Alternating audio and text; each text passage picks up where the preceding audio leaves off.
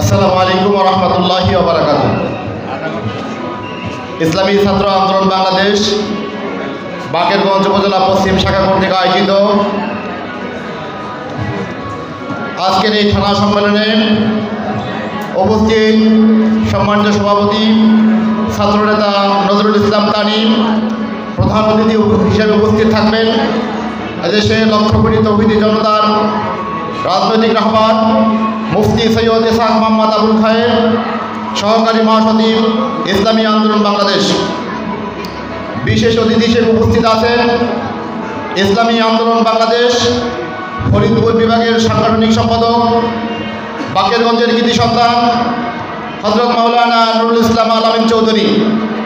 উপস্থিত আছেন বাকেরগঞ্জ উপজেলার মাটি ও মানুষের নেতা ইসলামী আন্দোলন বাংলাদেশ বাকেরগঞ্জ উপজেলা শাখার সংগ্রামী সভাপতি জননেতা নাসির উদ্দিন রোকন ডাকুয়া।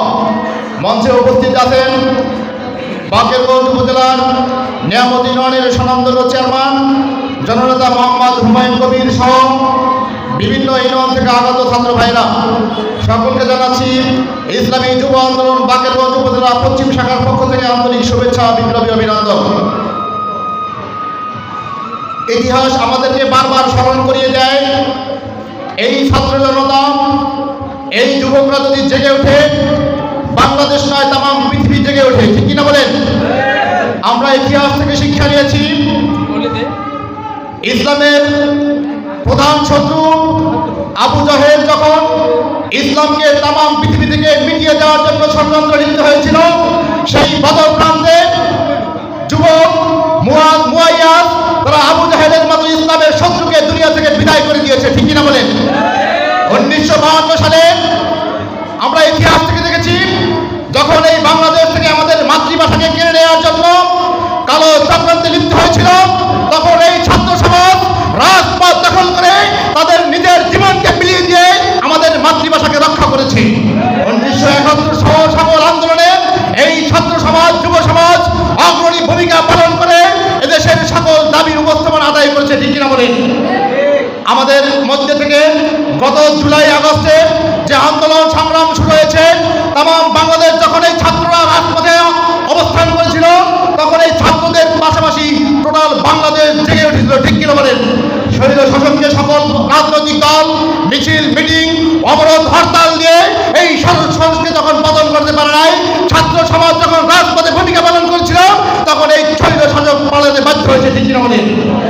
আবু সাইদ মুগ্ধ তখন তারা রাজপথে তারা বলিষ্ঠ কণ্ঠে উচ্চারণ করেছিলেন যে বুকের ভিতর অনেক জ্বর, যত পারো গুলি কর।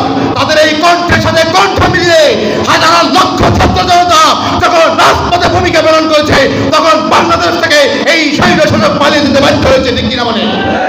আমরা এক শহীদ শাসককে এই দেশ থেকে হটিয়ে আবার বাংলাদেশের নব্য শহীদ শাসকের আবির্ভাবের জ্ঞান পাচ্ছি। ঠিক কিনা বলেন?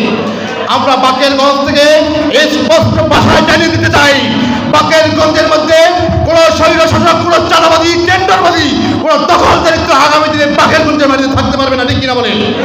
ইসলামী ছাত্র আন্দোলন বাংলাদেশ যদি আগামী দিনে জাগ্রত হয়, আমি প্রত্যাশা রাখি ইনশাআল্লাহ এই বাকেরগঞ্জের মাটিতে কোনো ধরনের চাঁদাবাদী, টেন্ডারবাদী, শহীদবাদী কাজ করতে পারবে না ইনশাআল্লাহ। আজকে আমরা এই প্রশাসনের কার্যালয়ের কাছেই আমরা আজকে সমাবেশ করতে চাচ্ছি। আপনাদেরকে ইতিহাস স্মরণ করে দিতে চাই, 5ই আগস্টের পরে আপনাদেরকে আমরা রক্ষা করেছি। এই ছাত্র আন্দোলন, যুব আন্দোলন আপনাদেরকে পাহারা দিয়েছে, সে কথাটা ভুলে গেলে চলবে না। অতএব আপনারা এখন স্বজনপ্রীতি চলছে, আপনারা বিভিন্ন রাজনৈতিক দলের দালালি শুরু করেছেন, কিন্তু এটা কিন্তু ইসলামী ছাত্র আন্দোলন বাংলাদেশ, ইসলামী যুব আন্দোলন বাংলাদেশ আগামী দিনে সহ্য করবে না। অতএব আপনাদেরকে আমি উদাত্ত আহ্বান জানাবো, এই দেশকে, এই দেশের মানুষকে ন্যায্য অধিকার আদায়ের জন্য এদেশের মানুষের পাশে আপনারা দাঁড়াবেন। সেই জন্যই ছাত্র আন্দোলন, যুব আন্দোলন এবং সারা বাংলাদেশের ছাত্র জনতা তারা নিজেদের জীবনকে বিলিয়ে দিয়েছে। অতএব আজকে রাজপথে সেই ছাত্রদের রক্ত এখন পর্যন্ত শুকিয়ে যায় নাই। অতএব আপনারা যেই পথে হাঁটছেন, সেই পথে যদি আপনারা হাঁটতেই থাকেন, এই ছাত্র জনতা আবার আপনাদের বিরুদ্ধে জাগ্রত হতে দ্বিধাবোধ করবে না। ঠিক কিনা বলেন?